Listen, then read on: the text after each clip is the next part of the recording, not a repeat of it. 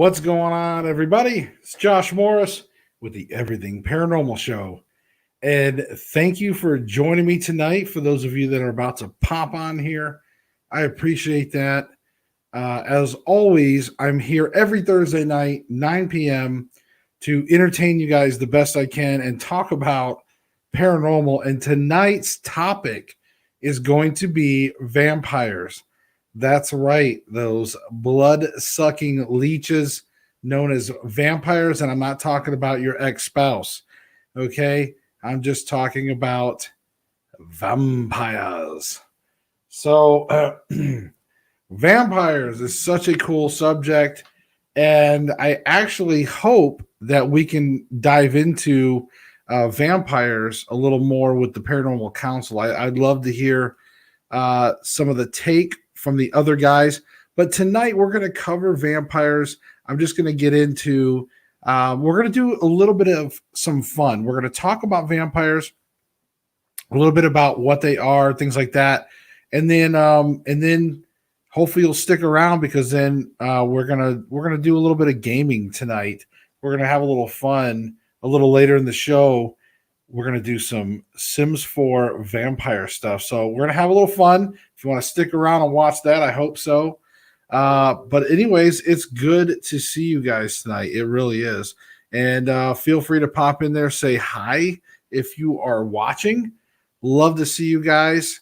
It is a Thursday night like normal, and let's get into the show now. I might dip off for a second because I brewed some coffee and I think it's about done. And I had to start the show, but I really would like my coffee. Um, this is the time I normally drink coffee, and tonight I don't have to run off to my second job. I actually have the night off. What's going on, Stacy? Tatalanga in the house. And beyond the veil, Terry Lynn, hey there. It's always good to see my wife show up to the shows. Love when you do, honey. I love it. You're a big part of the show sometimes in the chat. So, but guys, let's talk about vampires for a little bit. I really love the subject. Oh, yeah, my coffee's done. So, actually, if you guys want to bear with me 1 second, I'll be right back. Stay tuned.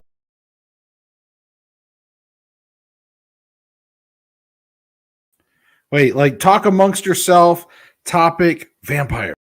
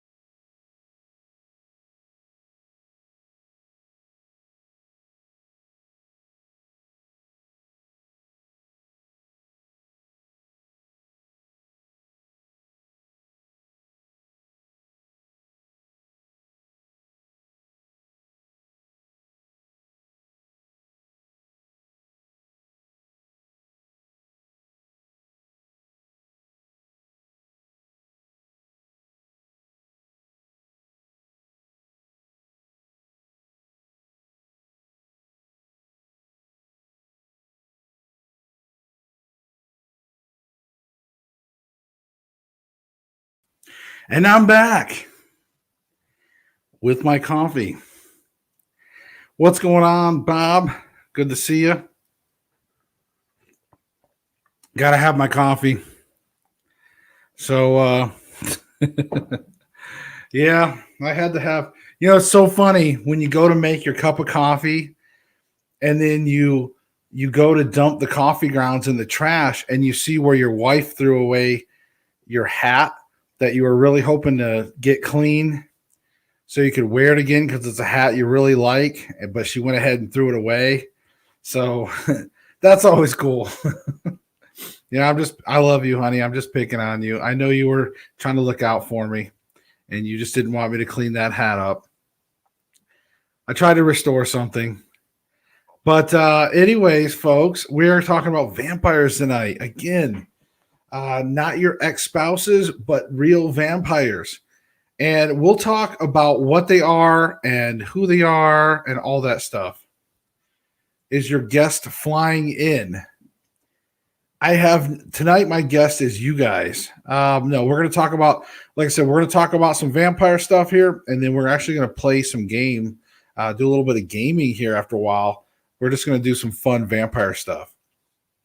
Okay, so I'm going to be doing a little bit of reading again because I don't memorize all this stuff. I'm not an expert in vampire. Like I'm so like all of a sudden I'm just extremely so like vampire. Blood sucking leeches, vampire. Like I'm all it's like extreme southern. Sorry guys, I don't know where that came from. Vampirism or vampire. But all right, so let's get started. we're just winging it, guys, like we always do, right? This show is not a structured show. You guys know that. That's why I love it. We keep it easy. We keep it loose and just easy here. That's all we got to do. Okay, a vampire. What is a vampire? Well, a vampire, and again, this is according to a couple sources, Wikipedia, different, again, other .com stuff, information, website stuff, and we'll talk about things, and we'll talk about things based on my own experiences. We'll talk about some theories and whatever you guys want to talk about. So, Stacy, you said all your vampires twinkle. God, I hope not. Or do they twinkle or do they sparkle? Is there a difference? Because sparkling trampires. I cannot talk, guys. You know what? I'm done. Show's over. See you later, guys. I can't even talk tonight. Just kidding. Okay, I'm back. All right, let's try this again. Sparkling vampires. That's a different subject. I just can't talk tonight. I don't know what it is. I didn't have my coffee soon enough. I think that's what it is. And my wife Terry Lynn made some killer goulash tonight. We like goulash. It's a very simple recipe.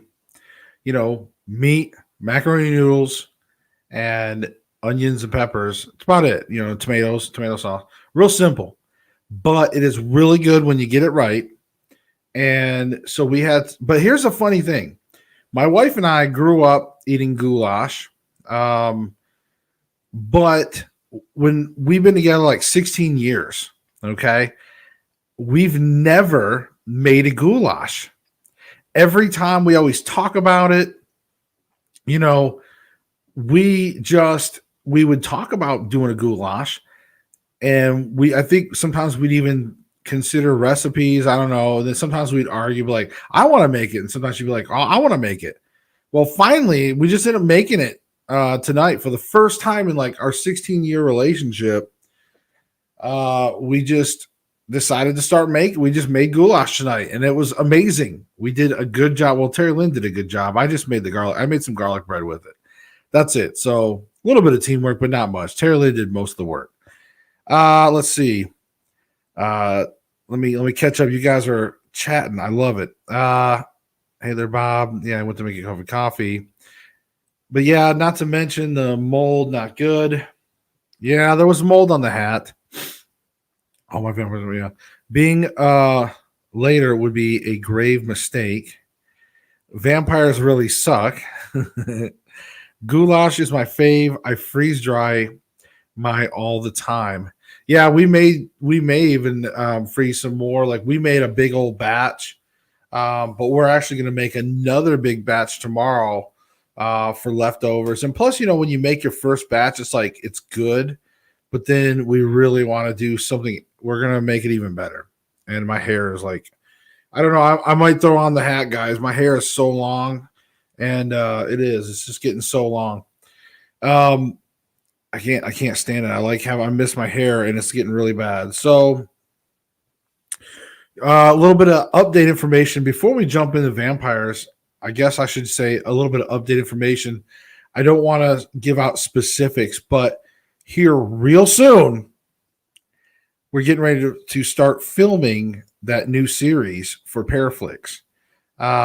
So we should hopefully we have everything locked for filming. Everything's ready to go. So we got everything all together. And so Terry and I will be filming real soon at a hidden location. I don't want to give it away because it's a real hidden gem. I love this place. I can't wait for you guys to see it on the I was going to say the big screen. I can't wait for you to see it, hopefully, on Paraflix when it debuts. Hopefully, that'll be nice. So I'm hoping by the end of this month, we should know whether or not everything passes and we can get it hopefully on Paraflix. So we'll know hopefully by the end of the month. But yes, Goulash is awesome. Okay. So vampires. What are vampires? Well, a vampire is a creature from folklore that subsists by feeding on the vital essence, generally in the form of blood, of the living. In European folklore, vampires are undead creatures that often visited loved ones and caused mischief or deaths in neighborhoods they inhabited while they were alive. They wore shrouds and were often described as bloated and ruddy or dark countenance, marked differently from today's gaunt, pale vampire, which dates from the early 19th century. Vampiric entities have been recorded in most cultures. The term vampire was popularized in Western Europe after reports of an 18th century mass hysteria of pre-existing folk believing in the Balkans and Eastern Europe that in some cases resulted in corpses being staked and people being accused of vampirism. Local variants in European or Eastern Europe were also known by different names, such as Shtriga in Albania and Rikolakis in Greek and Strigoi in Romania.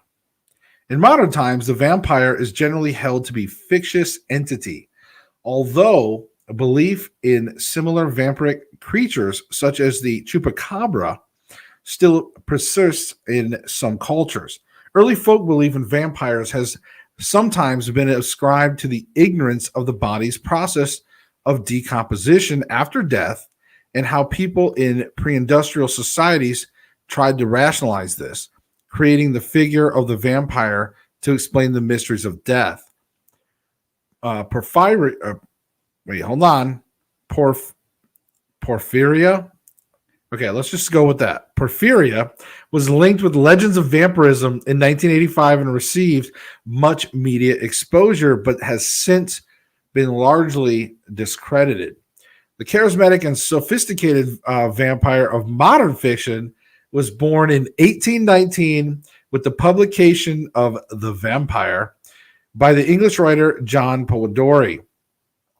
The story was highly successful and arguably the most influential vampire work of the early 19th century. Bram Stoker's 1897 novel Dracula is remembered as the quintessential vampire novel and provided basis of the modern vampire legend, even though it was published after fellow Irish author Joseph Sheridan Le Fanu's 1872 novel Carmilla.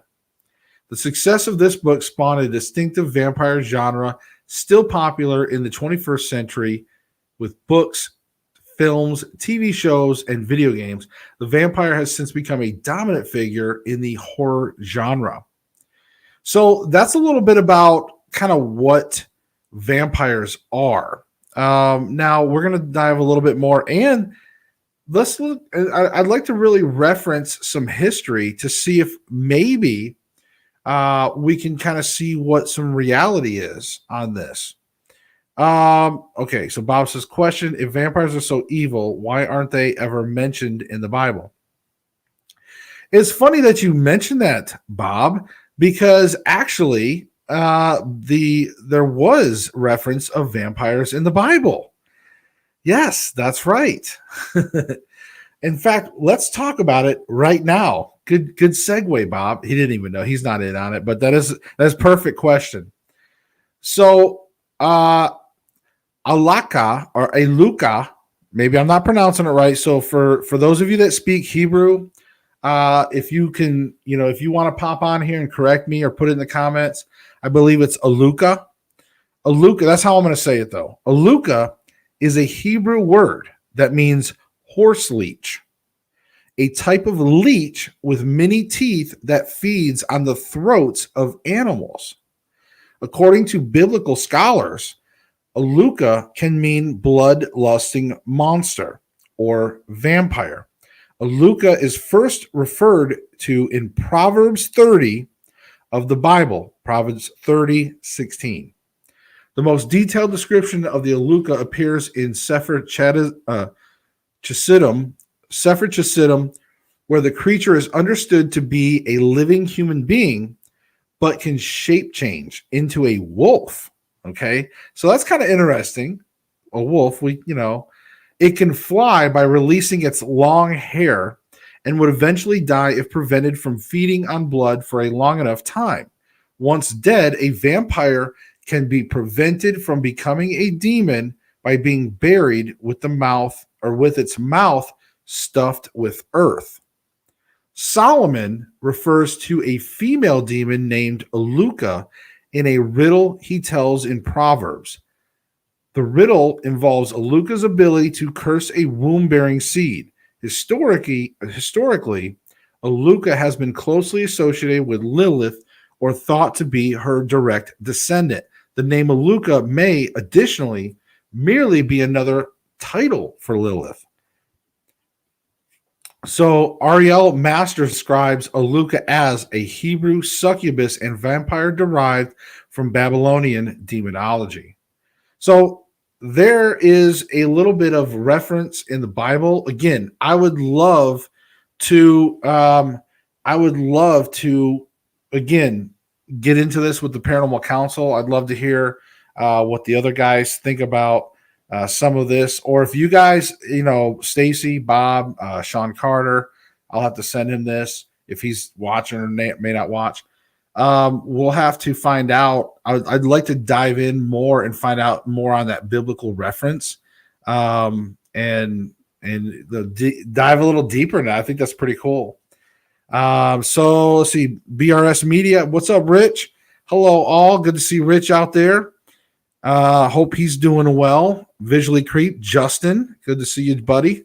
Yeah, he said he's been meaning to call me back. Yeah, don't make me call you out on air. I'm just kidding. No, I know you've been busy, man. We need to talk.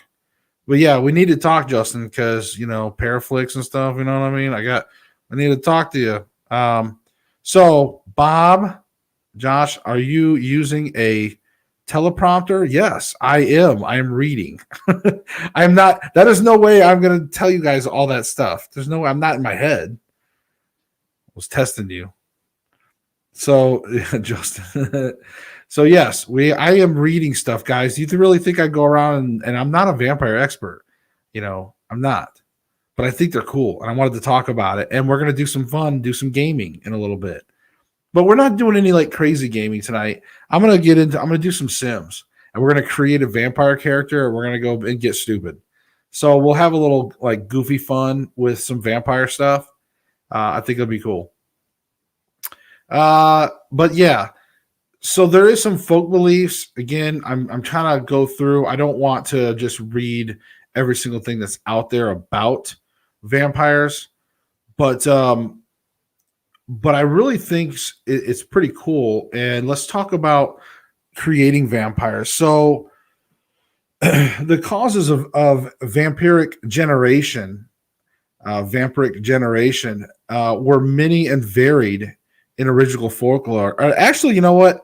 I do want to say real quick, actually, before I get into this, now that I think about it, Visually Creep TV. So guys, Visually Creep TV, go check out his stuff because he's part of the Paraflix family that I'm involved in, and he is releasing some original content. I think you guys will love it. And much, he's doing some Urban Explorer stuff, some docuseries stuff. I mean, seriously, go check his things out. So I just thought I'd give him a plug because honestly, he is part of Paraflix. But don't click on his links for Paraflix subscriptions. Click on mine because I want to make money and I don't want to give him that money. So if you don't have Paraflix, use my links, not Justin's. But go watch his stuff, though, at least. Give him views because he has great content. I really admire his eye. I've really been watching how he's been studying the like photography and filming, and it's starting to really show. So anyways, just thought I'd throw that out there. Show of hands, people, how many of you watch the Twilight series without needing alcohol? I think, okay, look, let's cover the Twilight series because we're a show we can just go off the cuff, right? We don't have to stick to any scripts.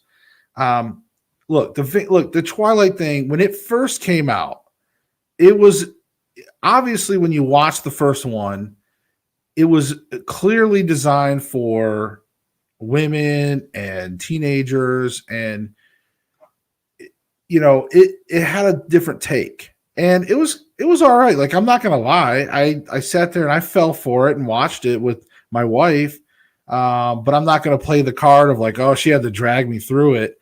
No, I mean, we watched the whole series and bought them. You know, we bought the DVDs, but they don't age well at all. I think at the time when they came out, it was kind of cool to see where they were going to go with that world. They were kind of building a world between the vampires. They were doing an interesting take, and it was different. It was interesting back then, but it's not aged well. When you go back and look at the films, they are very what do you say? They're just, you just go back and it's just very soap opera, teen, you know, Lindsay Lohan feeling somehow. I don't know. You know what I mean? It's just not, it just doesn't age well. So that's the only thing about, with, to me, the Twilight movies. I think when they came out at the time, it was that fad. Vampires hadn't been cool in a while, since Interview with a Vampire and Blade and stuff like that. You know, vampires had kind of gone downhill for a little bit. So to actually have that series come out and sort of reinvigorate the movement, that was kind of nice, you know, to see that happen. So, you know, for all of you haters talking smack about Twilight, it's always easy to talk about it after the fact and be like, no, I swear I wasn't watching that stuff. That's garbage. Now, come on, man. You know how it is. You get caught up, you're going to watch it, you know? So Justin, okay. Yeah. I mean, whenever you want, man, just call whenever. True Blood was cool. I liked it. Yeah. Rich says Countess Elizabeth Bathory de Assizin was known to bathe and drink the blood of virgins to stay youthful and knowledgeful, mainly girls. Countess Elizabeth Bathory. Is she known as Lady Gaga? I don't know. Yeah. So, okay. That's all I'm going to say about that. All right. Hey, hon, don't be estranged. Yeah, call us. First one. Yeah. Bob, show. Yeah, how many watched Twilight? So, yeah, Bob just put me on a whole tangent on Twilight. I thought when Bram Stoker Dracula, if you want to talk about movies, when Bram Stoker's Dracula came out back then, it, like, Gary Oldman did a great job. Keanu Reeves, again, his accent was a little shady, but you know, hey, cut him some slack. But at the time, remember, this is when these things came out. Bram Stoker's Dracula was shot beautifully. It was well done, and it really was, to me, one of the first times that, and I think Interview with a Vampire was the first times they really tried to make Dracula more sexy. They really made it and brought that element in there. And I think it just truly elevated vampires and women into this dark, sexy category of women almost wanting them to bite their necks and stuff. It, but it really was like Bram Stoker's Dracula was. I always thought was a really cool movie. I have not watched it in a very long time, so I'm not sure to me how well it aged. But it really was a great one, um, and of course, Interview with a Vampire. I mean, Brad Pitt, Tom Cruise did an amazing job with Louis and Lestat. These characters. I thought that the world that they created in there was with that. What was it? Was that Anne Rice? Uh, but I don't know the author, but I think she created a really cool vampire world. Um, I think Underworld was better. I never got into the Underworld. I never watched them, so I can't really talk about that. Um, yeah, you promise. Yeah, that's cool. Like I said, Justin, man, I know you've been busy. Just give me a shout sometime. We'll talk about some things. But um, the Countess would have trouble finding virgins today. Yeah. Anyways, yes, that's funny. Uh, so what else? Oh, Blade. Blade. Now look, I think Blade. Remember, guys, I don't know if you guys like Blade. I thought the first Blade was awesome. Wesley Snipes was badass, and you got to remember this was pre-Matrix. Okay, so I think it was pre-Matrix, and Blade. The fighting in there was on sort of a little bit of a higher level than a lot of the movies at that time. And remember, this was technically a comic book movie. So Blade, it was kind of confined a little bit. And it had to create a world. And back then, comic book movies was not a popular. They weren't as refined as cookie cutter as the Marvel universe now. I don't even want to bring up DC, but let's just talk about Marvel universe. So, but back then it wasn't polished. So comic book movies, this Blade was one of the first comic book movies to also say, hey, comic book movies don't have to suck. Because remember, when comic book movies did come out, a lot of times they sucked.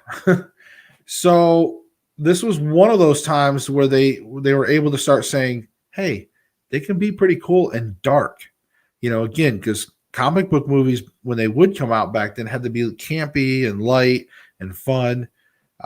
These were one of those movies, kind of like a Dark Man or something, that could actually have this really dark tone, blood, almost like that whole rated R type vibe.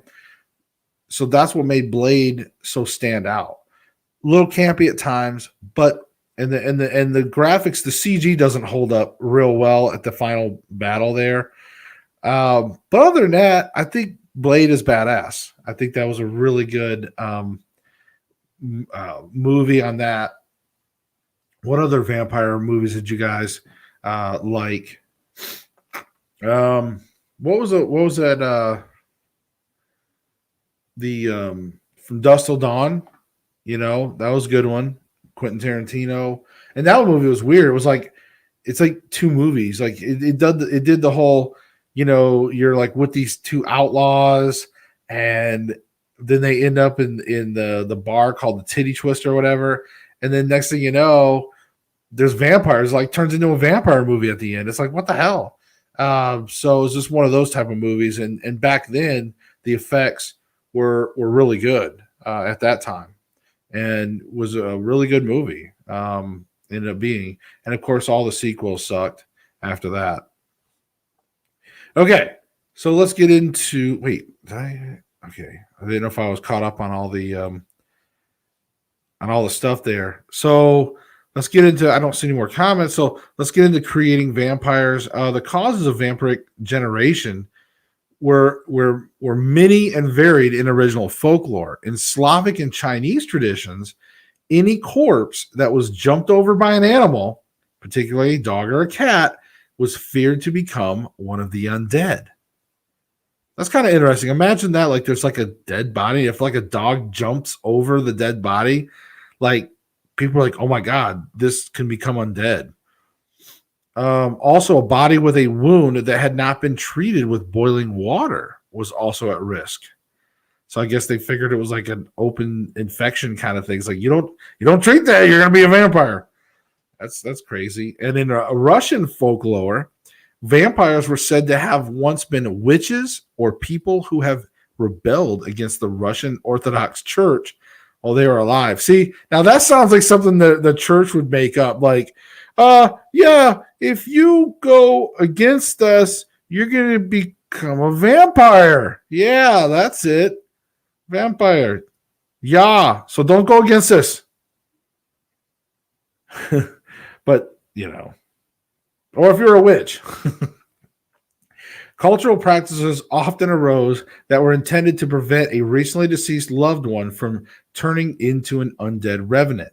Burying a corpse upside down was widespread, as was placing earthly objects such as scythes or sickles near the grave to satisfy any demons entering the body or to appease the dead so that it would not wish to arise from its coffin.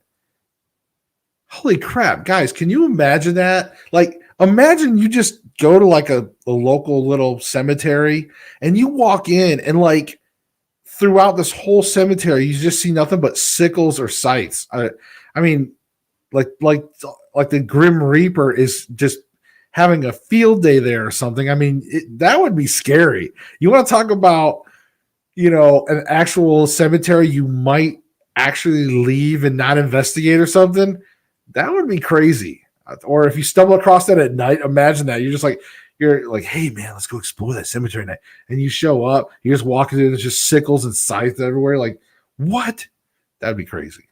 But I guess apparently that they were doing that at some point. This method resembles the ancient Greek practice of placing an obulus in the corpse's mouth to pay the toll to cross the river Styx in the underworld. It has been argued that instead the coin was intended to ward off any evil spirits from entering the body, and this may influence later vampire folklore. This tradition persisted in modern Greek folklore about the Vrikolakas, if I don't pronounce it right, sorry, in which a wax cross and a piece of pottery with the inscription of Jesus Christ conquers were placed on the corpse to prevent the body from becoming a vampire. Bob says, I imagine Wesley wished he was Blade and the IRS was vampires. Yeah, I'm sure. I'm sure at the time. Just because you're killing them vampires, you got to pay them taxes too. You got to slay both. Other methods commonly practiced in Europe included severing the tendons at the knees or placing poppy seeds, millet, or sand on the ground at the gravesite of a presumed vampire. This was intended to keep the vampire occupied all night by counting the fallen grains, indicating an association of vampires with arithmomania.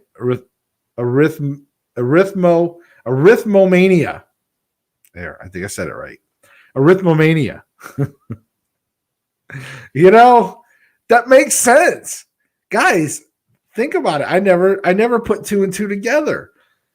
Sesame Street. Hello, we all grew up with a famous Dracula, the Count. And what did he do? He liked to count. 1 grain. 2 grains. 3 grains. You see, now it makes sense. See, they used to do this back in the day. So I guess if you strolled up and you saw your risen loved one counting grains, you knew that he was a vampire. And I guess then you can go ahead and stake him because he was too busy counting millet or whatever. Wow. See, now you guys know. The more you know. So, yeah, similar Chinese narratives state that the vampiric being came across Came across. I can't talk, guys. I can't talk tonight. Now I'm like Blake Shelton. I can't talk tonight. All right. So Vampiric Being came across a sack of rice. It would have to count every grain. This is a theme encountered in myths from the Indian subcontinent as well as in South American tales of witches and other sorts of evil or mischievous spirits or beings. I mean, that's pretty cool. Like to, I guess, learn the counting thing. I never really even knew that. I didn't realize that. And I did skip over the part where they were severing the tendons at the knees. I mean, I know that it's a dead body, but still, it's like we're just gonna go ahead and mutilate this up a little more just to make sure it doesn't go back as a vampire. Just thought I'd let you know. We're not going to charge you any extra for that, by the way. So, okay, in Albanian folklore, the Dhampir is the hybrid child of the Korkensal, or lycanthropic creature with an iron mail shirt. Iron mail shirt. Or I was like, why does that sound wrong? Iron Mall. It sounds like some weird band that never took off. Iron Mall. It's an Iron Mall shirt. Or the Lugat, a water-dwelling ghost or monster. The Dhampir, sprung of a Carcassol, has the unique ability to discern the Carcassol. With this derives the expression, the Dhampir knows the Lugat. The Lugat cannot be seen. He only be killed by the Dhampir, who himself is usually the son of a Lugat. In different regions, animals can be revenants as Lugats. Also, living people during their sleep, Dhampiraj is also an Albanian surname. Whew, that was a little bit of a mouthful for me on that one. Sorry, guys. I know I mutilated that. Now you guys are like, I'm out. See ya. Josh, you suck. All right. So, have you noticed that the very little of the ancient traditions made their way into vampire movies, and Hollywood just made up a lot of legends for their movie? Yeah, I mean, that is interesting, Bob, how I need to drink some coffee. This is brewed Dunkin' Donuts, my own brew, and it's got caramel in it. So a nice, robust, medium, not a dark. It's a medium roast with some caramel creamer, some new caramel creamer by Carnation. It's new because they had vanilla caramel, but now they actually have just caramel creamer. It's pretty good. So yeah, I mean, Bob, you were talking about the movies. It is pretty interesting that they don't. I mean, but how? That's not exciting if you think about it. It's like, guys, I'm like, when you talk about movies, you're talking about like steaks through the heart and garlic and all this stuff, and then like, who wants to talk about putting grains down for vampires to count? Like, oh my god, it's a vampire counting grains. Run! Oh my, it's counting rice. One, the rice. Oh, two rice. Three rice. Oh, I can't help it. It's the count. Now we know. We never knew this stuff. We just thought the count because the name count, right? We thought it was just a play on words. No, there's something behind this. Stacey says Hollywood isn't known for keeping to tradition. Look how many genders that suddenly appeared recently. Right? Oh, I don't even know where to go with that one because, good Lord, I can't make fun of genders. That's not cool. It's right nowadays. But I mean, it's like male, female, and other, I guess if you want to be another thing, I don't know. I mean, So, but yeah, Hollywood does not stick with tradition. I mean, they're gonna pick and choose. Like, I love when they're like based on a true story, and then you find out it's like one thing happened. Like somebody went to the store. Like, hey, somebody went to the store at that time. That's true. So this movie is based on a true story. That's Hollywood for you. So, look, we talked about vampires. It's important we identify them. So, many rituals were used to identify a vampire. One method of finding a vampire's grave involved leading a virgin boy through a graveyard or church grounds on a virgin stallion. The horse would supposedly balk at the grave in question. Generally, a black horse was required, though in Albania it should be white. Holes appearing in the earth over a grave were taken as a sign of vampirism. So, I want to know whose idea it was to have a virgin boy on a virgin horse, because this sounds a lot like a Catholic priest came up with this. That's all I'm saying. I don't know. Is that wrong? Okay. Sorry for all you Catholic folks out there. I apologize. But you know what I mean. I can't help it. I mean, that's what we do here. All right. Corpses thought to be vampires were generally described as having a healthier appearance than expected, plump and showing little or no signs of decomposition. In some cases, when suspected graves were opened, villagers even described the corpse as having flesh or fresh blood from a victim all over its face. Evidence that a vampire was active in a given locality included death of cattle, sheep, relatives, or neighbors.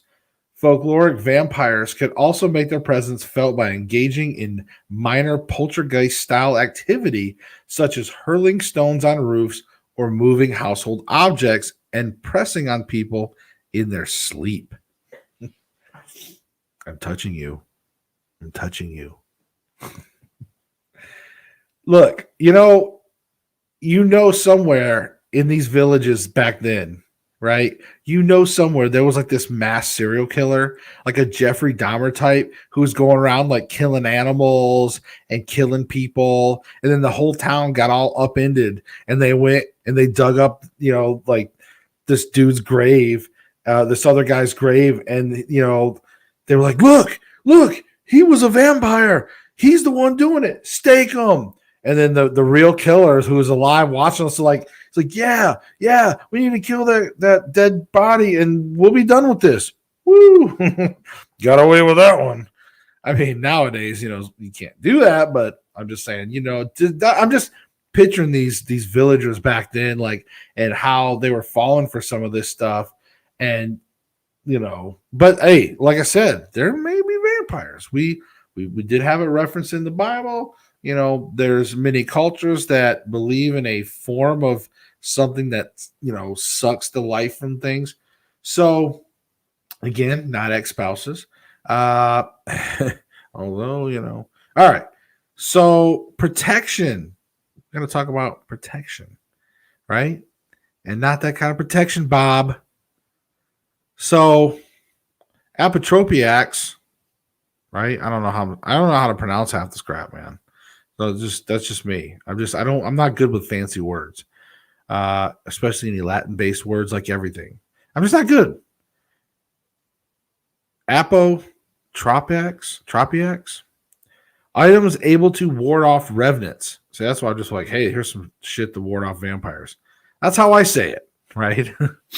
But apotropiacs, items able to ward off revenants are common in vampire folklore. Garlic is a common example. In my household, garlic is a staple in our food. So therefore, no vampires could be around us. That's for sure. I eat so much garlic. I mean, if a vampire bit me, he'd be like, son of a, really? I have type garlic for a blood type. All right, a branch of here's another thing. So garlic is a common example. A branch of wild rose and hawthorn are said to harm vampires. I didn't hear that one. I didn't hear like a wild rose or hawthorn. I've never heard that. Because you don't see that in the movies. Here's a rose. Here's a rose, Edward. In Europe, sprinkling mustard seeds on the roof of a house is said to keep them away. Other apocryphs include other ward-off items include sacred items. For example, a crucifix. Okay, we've heard that. Rosary, yeah, or holy water. Okay, see, there's some Hollywood or there's some folklore. There's some real folklore in this. Vampires are said to be unable to walk on consecrated ground. So there you go. Such as that of churches or temples or cross-running water. Now, here's my question, though. Is cemeteries considered sacred ground or consecrated ground, or is that just the church itself? Like I was just wondering, because, I mean, if cemeteries are usually buried right there with the church, or I guess there could be just cemeteries with not, I don't know. Maybe if it's a cemetery next to a church that's consecrated, but could be other cemeteries that aren't consecrated ground. I don't know. Maybe we're splitting hairs. Although not traditionally regarded as a item to ward off things, but mirrors have been used to ward off vampires when placed facing outwards on a door. In some cultures, vampires do not have a reflection and sometimes do not cast a shadow, perhaps as a manifestation of the vampire's lack of a soul. The attribute is not universal. The Greek vokolakas, like I said earlier, tympanios, were capable of both reflection and shadow, but was used by Bram Stoker in Dracula and has remained popular with subsequent authors and filmmakers. Some traditions also hold that a vampire cannot enter a house unless invited by an owner. Yeah, I like that rule because that just seems like life in general. Like, you cannot come in my house. I don't care who you are, even if you're not a vampire. After the first invitation, they can come and go as they please. Though folkloric vampires were believed to be more active at night, they were not generally considered vulnerable to sunlight. So, again, the sunlight thing is not always in lore. Let's see. Bob says, since the current pigeonholes for the unknown is ghosts, demons, aliens, or cryptids, would a vampire be considered a cryptid, or do we need to add the undead as a category? Well, I mean, if you really look at like ghosts, demons, aliens, or pigeons, I think paranormal, though, does include anything like that, as far as the undead, zombies, Dracula, werewolves, these stuff. Now, I know werewolves kind of fall in that cryptids, but I'm just saying in general, I think, that's kind of been its own little category anyways. Stacy said, that's the difference between graveyard and cemetery. Graveyards are the traditional consecrated holy ground. Well, yeah, you're right. Graveyards are graveyard. I guess I never really think. I guess never really focus on the wording sometimes, but wording can mean a lot. I see you see me. Hey, what's up? I think this is the first time I see you pop in there. Good thing I ate garlic. Hi. Yes, garlic. That's a staple in our house. We had some in our food tonight, I believe. So, again, we have it in a lot of our foods. It just, I don't know. It just seems to be how I guess we eat a lot of savory style type foods. So now we're going to get into methods of destruction. Because what I'm going to probably do is once we kind of finish talking about, this, I don't know if I'm going to tack this on to the end of this live stream and we do the gaming, or I might just start a separate stream for the gaming. That way my wife kind of has that in her playlist because she likes having all the games like in a playlist. So I was like, well, maybe we might start a separate stream, and if you guys want to come over to that one, I'll start one right after the show because this has been going on for almost an hour.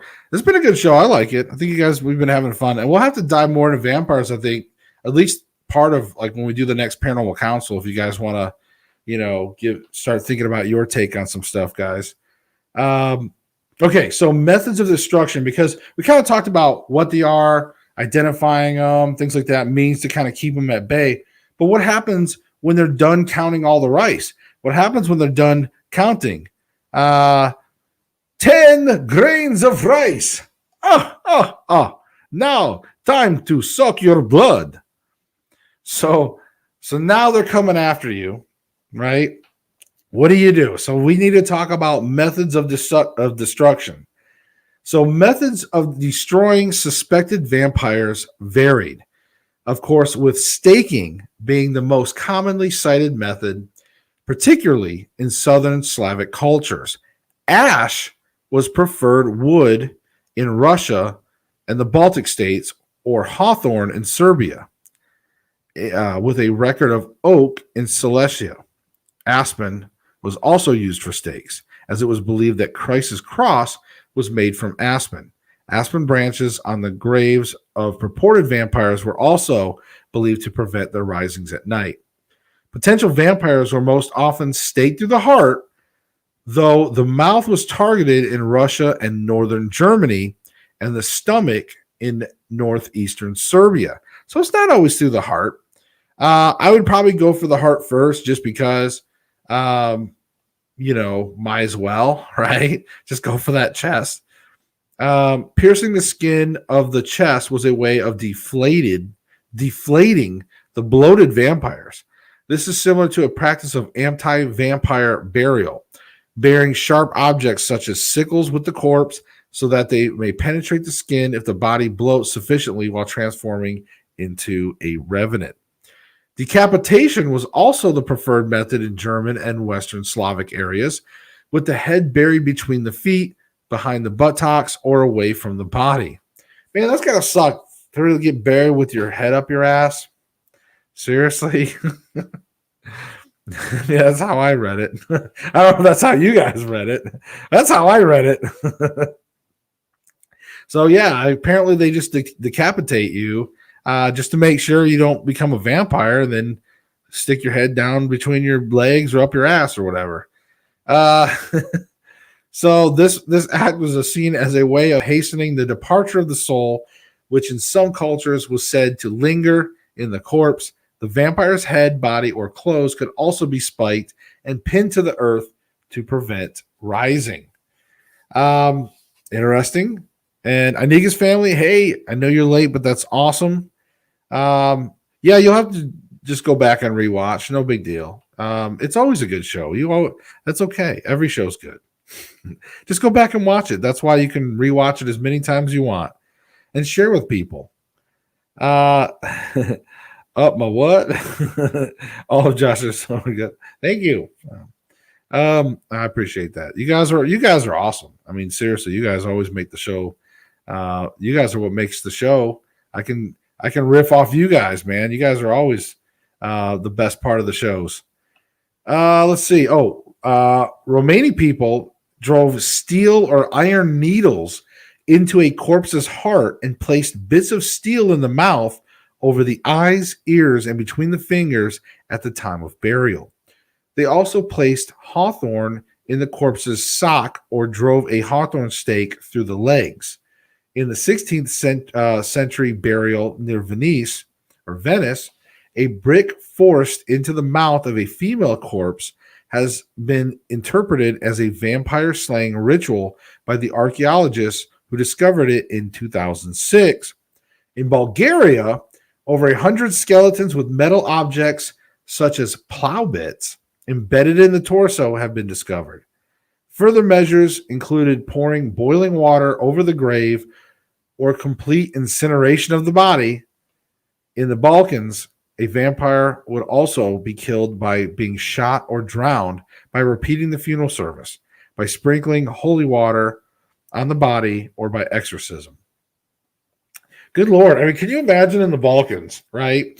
So to me, they're saying that they repeat the funeral service.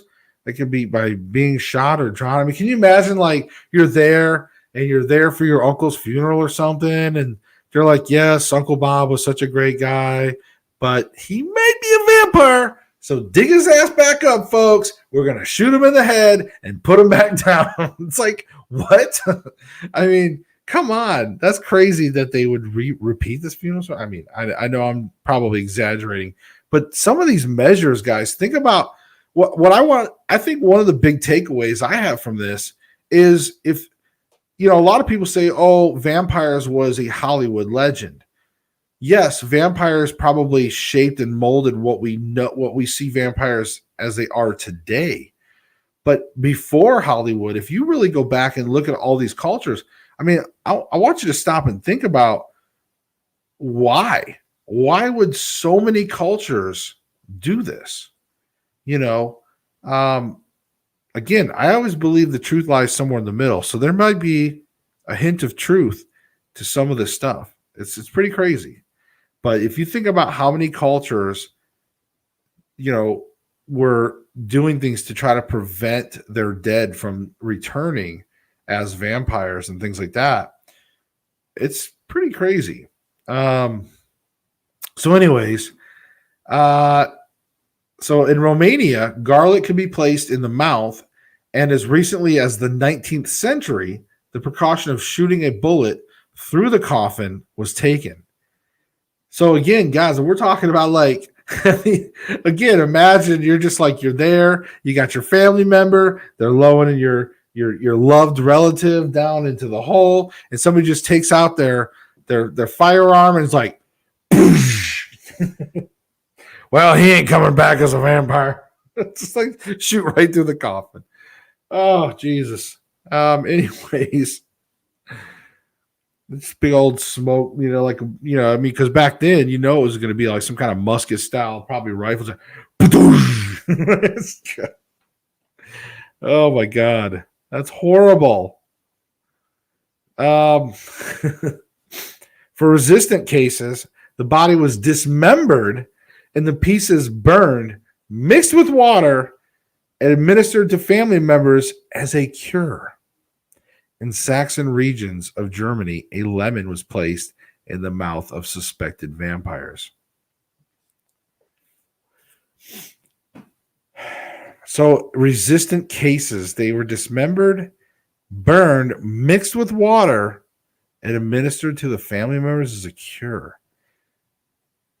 That is some crazy, crazy stuff. I mean, think about, and hello, I'm on air. Why? This is crazy shit. I'm on air though. Maybe we could talk about my show afterwards. My wife told me I got to stop laughing so much about this stuff, but I can't help it. It's crazy. This is like crazy stuff that they were doing to all these funerals and people when they die. All right, I gotta go. I'm gonna finish the show.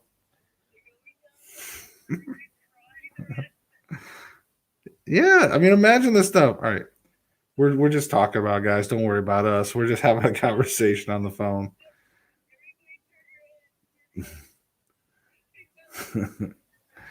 If they even asked, anyways. All right, I love you. Bye. I was calling me from upstairs. So that's just how we do it here, folks. We have a real show. We don't do script stuff. We don't try to make it perfect and polished. We like having a show where we just do it, whatever. And my hair is just horrible. So sorry, my hair's getting so long, guys. Look at this. And normally I wear hats, right? I don't normally like wearing hats because you guys know from my short hair days or when I have my hair cut, then I don't wear hats. But like I decided not to wear a hat because my hair was kind of brushed. And anyways. So I'm trying. Let me make sure I make this clear. I'm not trying to disrespect the dead. I'm not. These are ancient traditions for the most part, but I can't help it. This is crazy stuff. I cannot believe how some of this was treated, because we now, I think in modern times, most funerals are pretty sacred. Like, we're very, very much like not disrespecting the dead. Like, I mean, you wouldn't even dream of doing some of this stuff. I mean, I can't even imagine. I mean, imagine trying to even ask your funeral home service, trying to ask them, say, hey, I know Aunt Martha passed away from her heart attack, but could you dismember her and burn her parts and mix with water and make into a thing that we can all drink? Because we need to make sure we're cured of any kind of vampirism that might occur. Because she was a little odd at times. She was fairly nice, but she did kind of act a little shady sometimes. Could you do that for us? Does it cost extra? I mean, I just can't imagine this going on in modern times, or just people shooting through a coffin, like putting a bullet in through. There's just it's crazy. It's crazy. So, anyways, guys, there's probably a lot we could really get into with vampires. It probably could be like a 2-hour show. But what I'm going to do now, so for those of you that are watching, if you want, keep an eye out here in the next few minutes. I'm going to turn around and we're going to do some gaming with some vampires. I'm going to create a vampire character on The Sims, and we're going to unleash some havoc or get into some naughtiness and go from there. So guys, if you want to watch me play and have some fun and carry on some more conversation, just stay tuned here in the next few minutes. Watch for my next stream to go live. I'm basically just gonna go create this new stream and we'll get it fired up. All right. We'll see you hopefully in a few minutes.